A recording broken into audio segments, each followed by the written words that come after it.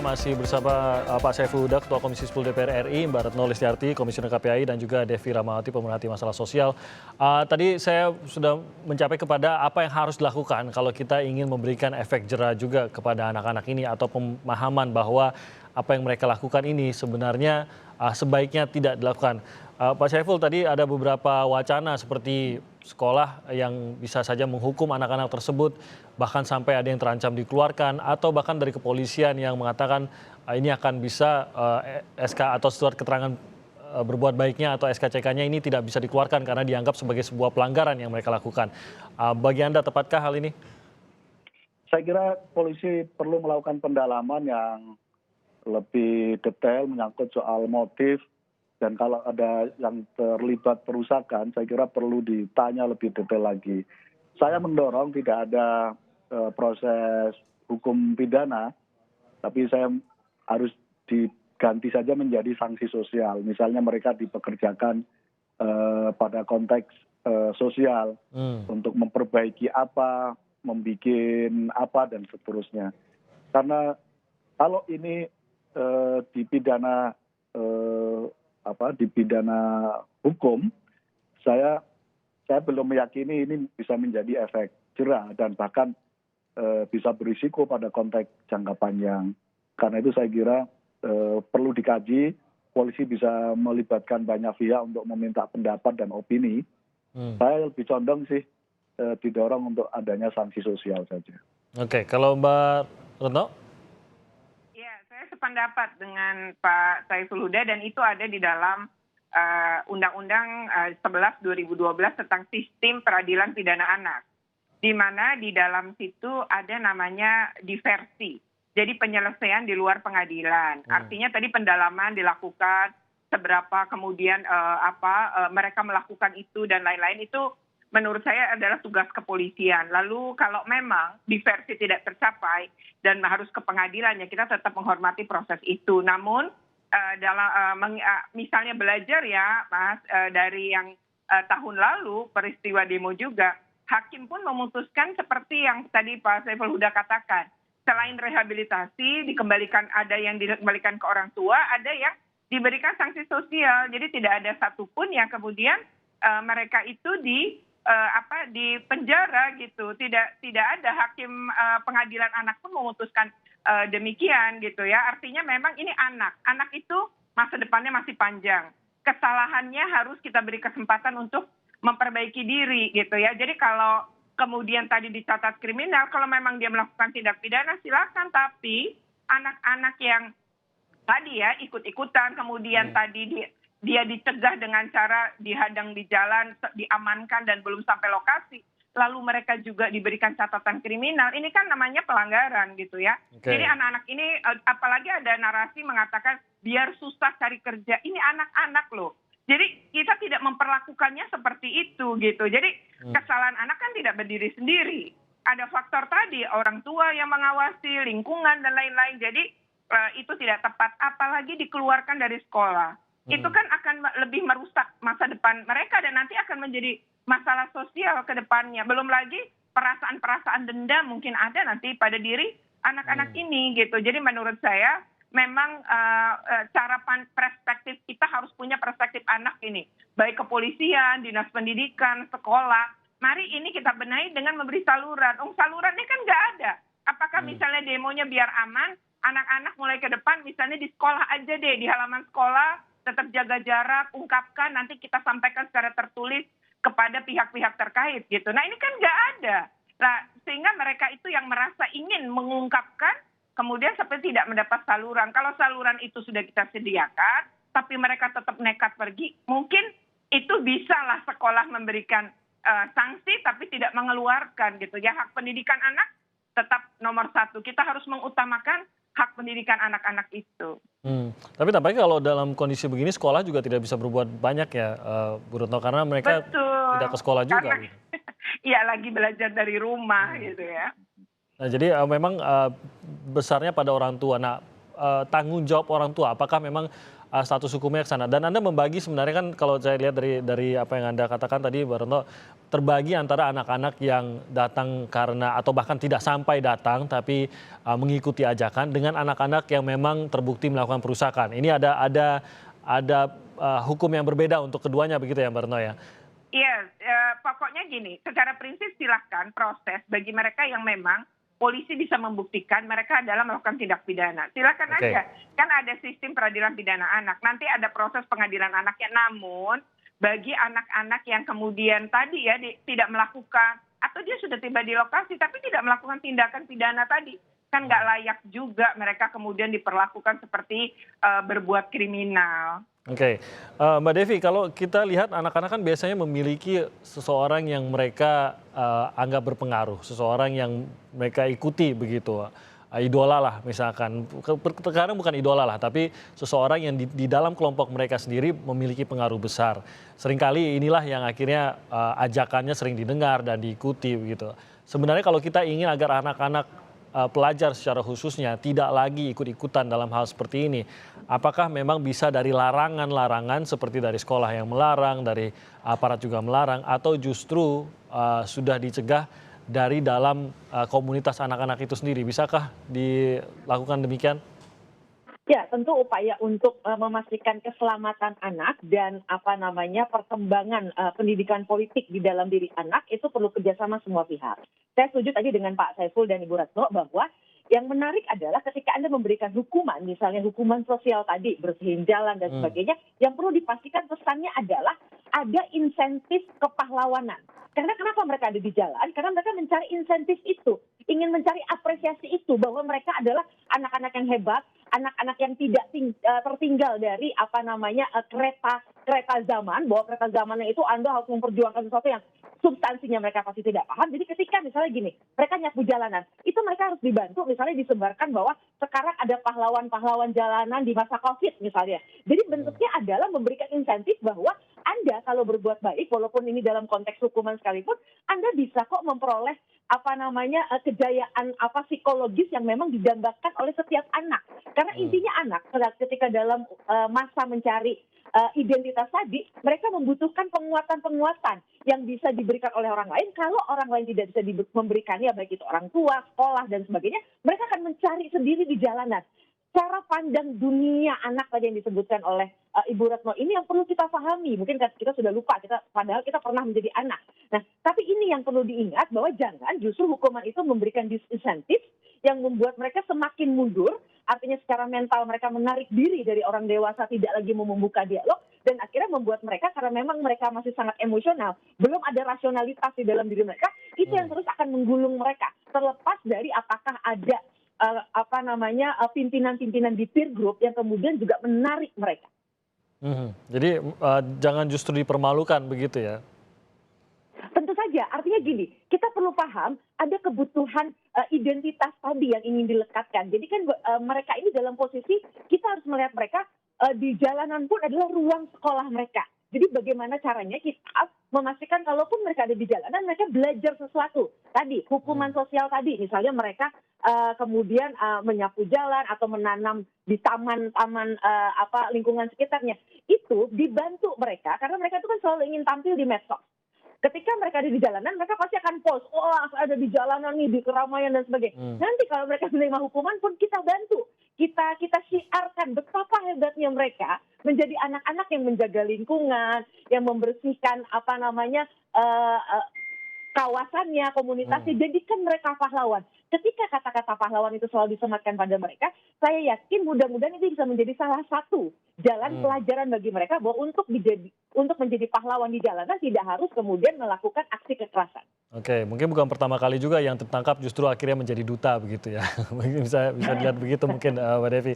Oke, tapi kalau kita mau menciptakan sistem atau membuat sistemnya yang lebih menjaga keselamatan anak-anak ini. Lagi-lagi ini anak-anak yang tidak tahu resiko yang mereka hadapi pada saat mereka turun. Sehingga orang dewasa, orang tua, ataupun pihak-pihak yang memiliki kewenangan seharusnya kita bisa menciptakan sebuah sistem yang melindungi anak-anak ini.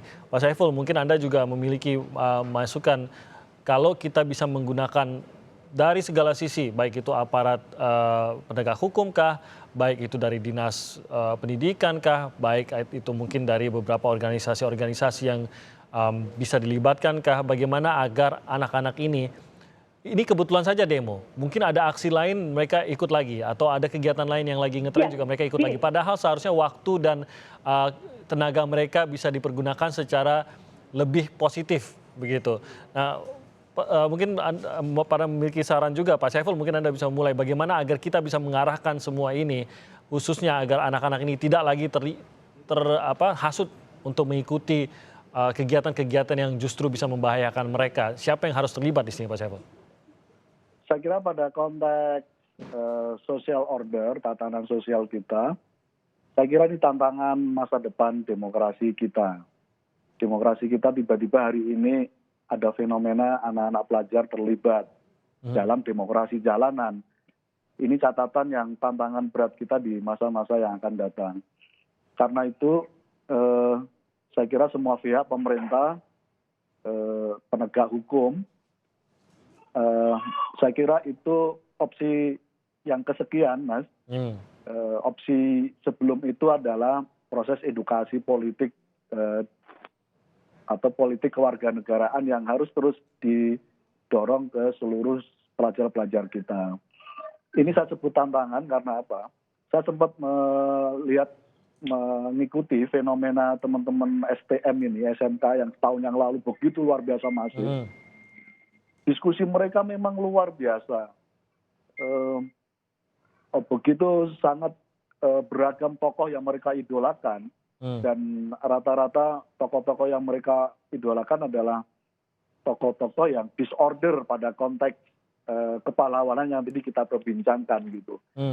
Jadi mereka menelan semua value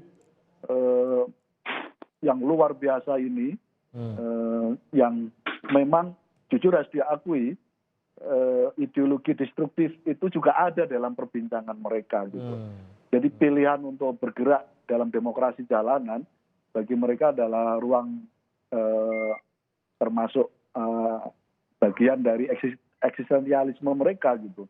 Nah kalau sampai pada level itu, saya kira ini tantangan besar bagi dunia pendidikan kita supaya ekspresi demokrasi pelajar kita jangan menjadi ekstra parlementer, tapi harus menjadi yang lebih produktif, menjadi gerakan intelektual yang lebih bagus. Ini tantangan yang berat di mata saya, Mas, karena kalau anak-anak ini terus bertahun-tahun dengan cara ekspresi politik jalanan semacam ini, dia akan menjadi mahasiswa di kemudian hari. Saya kira nggak bisa kita bayangkan, karena selama ini yang baru mahasiswa baru berekspresi demokrasi jalanan gitu. Ini sekarang sejak dari pelajar sudah berekspresi politik parlementer. Ini saya kira banyak harus kita adaptasikan berbagai regulasi supaya ini bisa menjadi bagian dari menyelesaikan tantangan adanya fenomena pelajar dengan menggunakan politik extraparlementer ini. Oke, Mbak Retno, kalau secara sistem bagaimana? Sebenarnya kan sudah mulai bergerak sendiri-sendiri juga nih, Dinas Pendidikan juga sudah memberikan imbauan, sekolah-sekolah juga sudah sampai memberikan ancaman. Tapi sebenarnya agar benar-benar anak-anak ini bisa memahami dan kita bisa menciptakan sebuah sistem yang lebih sehat juga, agar anak-anak ini tidak perlu sampai terlibat, apalagi terhasut, itu apa masukan dari Anda, Mbak Retno?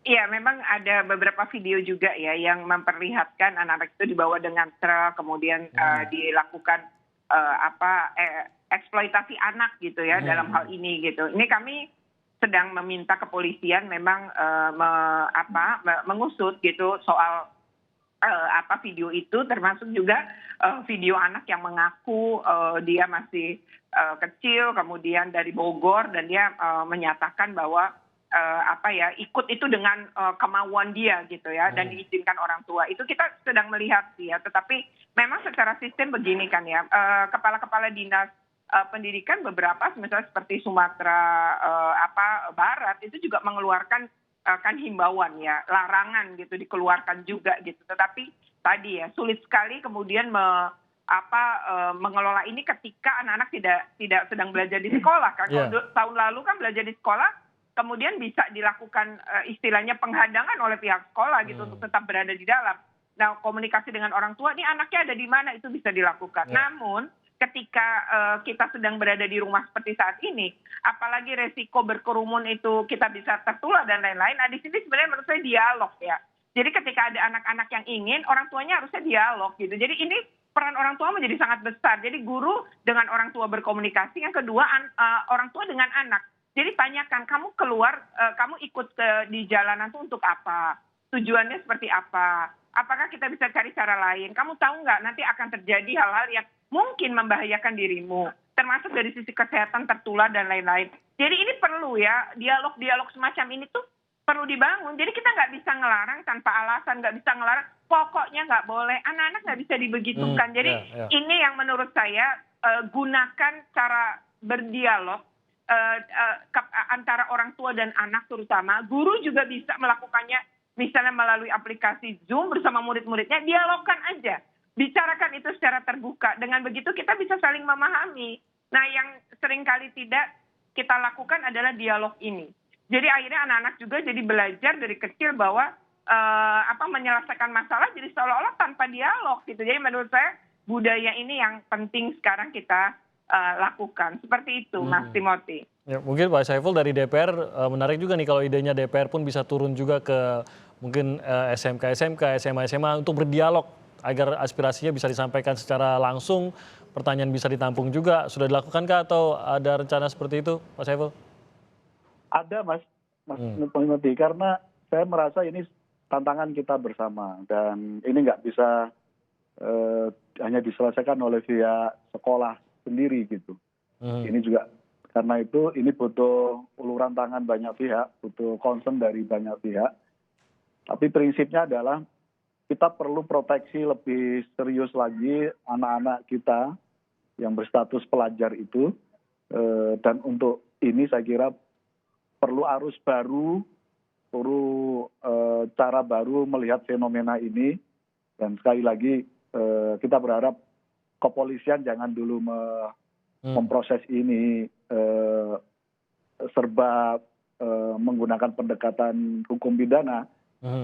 Karena ini akan menjadi presiden yang tidak baik di kemudian hari dan akan terjadi distrust di anak-anak pelajar kita. Oke, dan ini juga tadi Mbak Devi Anda juga sempat setuju bahwa jangan terburu-buru begitu langsung mencap mereka kriminal. Tapi di sisi lain kita ingin juga agar anak-anak ini tidak lagi mengambil resiko yang tidak mereka ketahui dengan turun ke jalan pada saat unjuk rasa berlangsung. Lalu bagaimana efek jera? Mungkin kalau bisa dibilang efek jera atau agar mereka tidak lagi ikut terlibat. Dalam banyak studi ditunjukkan siapa sih profil anak-anak yang ada di jalanan dengan melakukan berbagai aktivitas ekspresif, bahkan ada yang ujungnya kekerasan. Mereka rata-rata adalah anak-anak yang memang tidak punya panggung, baik itu di rumah maupun di sekolah. Artinya apa? Mereka memang tidak mendapatkan tempat untuk bisa menunjukkan siapa mereka di sekolah, karena memang sekolah juga sangat terbatas, misalnya terkait dengan apresiasi non-akademik. Di sekolah itu siapa sih yang diapresiasi, siapa sih yang diperhatikan? Pasti anak-anak yang cerdas, ilmu-ilmu akademik kan. Begitu non-akademik, salurannya juga sangat terbatas. Di rumah, kita tahu orang-orang tua sekarang juga sangat sibuk, apalagi dalam konteks COVID seperti ini, ekonomi menjadi perhatian utama. Disinilah kemudian jalanan, apapun eventnya, itu akan menjadi ruang bagi setiap anak itu untuk mencari panggungnya. Jadi saya sangat yakin kalaupun mereka kemudian mendapatkan hasutan dari berbagai diskusi yang dilakukan orang-orang dewasa, itu hanya narasi yang mereka gunakan untuk menjadi alasan agar mereka berada di panggung tersebut, panggung jalanan. Jadi bukan kemudian itu yang betul-betul membuat mereka merasuki mereka dan menggerakkan jiwa mereka, bukan. Yang menggerakkan jiwa mereka adalah hausnya mereka akan panggung apresiasi terhadap diri mereka. Jadi ini yang perlu dipahami bahwa eventnya apapun, kebetulan sekarang eventnya ada menyangkut soal politik. Sebenarnya event apapun itu yang akan membuat mereka ada di jalanan. Makanya ada begal, makanya ada tongkrongan-tongkrongan malam dan sebagainya. Itu lebih kepada hal tersebut. Jadi dalam lingkup besar, kalau ini kan unjuk rasa dalam lingkup besar perhatian nasional, tapi sebenarnya dalam lingkup kecil ini terjadi secara sporadis dalam bentuk-bentuk yang bisa saja lebih negatif lagi begitu Mbak Devi? Sangat, betul. Jadi apa yang harus dilakukan? Apakah orang tua memang bertanggung jawab tunggal terhadap anak-anak mereka dalam hal ini kah atau seperti apa? Ya, tentu saja pintu pertama dalam konteks tiket untuk berada di jalanan tentu saja orang tua. Tapi orang tua harus dibantu. Artinya negara secara struktur harus menciptakan sistem model penghargaan yang baru. Sederhana, eskul itu harus diperbanyak. Artinya kita tahu eskul di sekolah itu kan terbatas, paling olahraganya juga itu saja. Lalu kemudian atau seni itu saja. Bagaimana dengan anak yang kalau saya juga model yang begitu, saya nggak suka nyanyi, saya malas olahraga, apalagi anak sekarang mager kan, makanya mereka disebut dengan generasi rebahan. Saya juga males tuh yang debat-debat saya pusing, saya males baca misalnya. Lantas mereka kemana? Nah, padahal setiap anak itu punya bakat dan minat. Disinilah tugas negara untuk membuka ruang seluas-luasnya. Karena kalau kita tahu di luar pengalaman saya sendiri, eskul itu bisa lebih dari 120. Kenapa?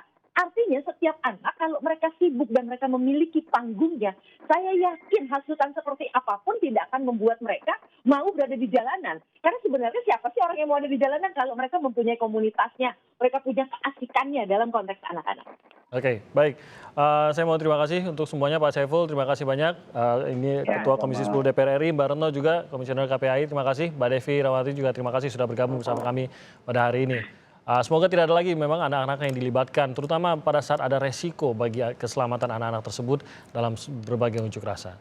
Dan saudara, seusai jeda kami akan hadir dalam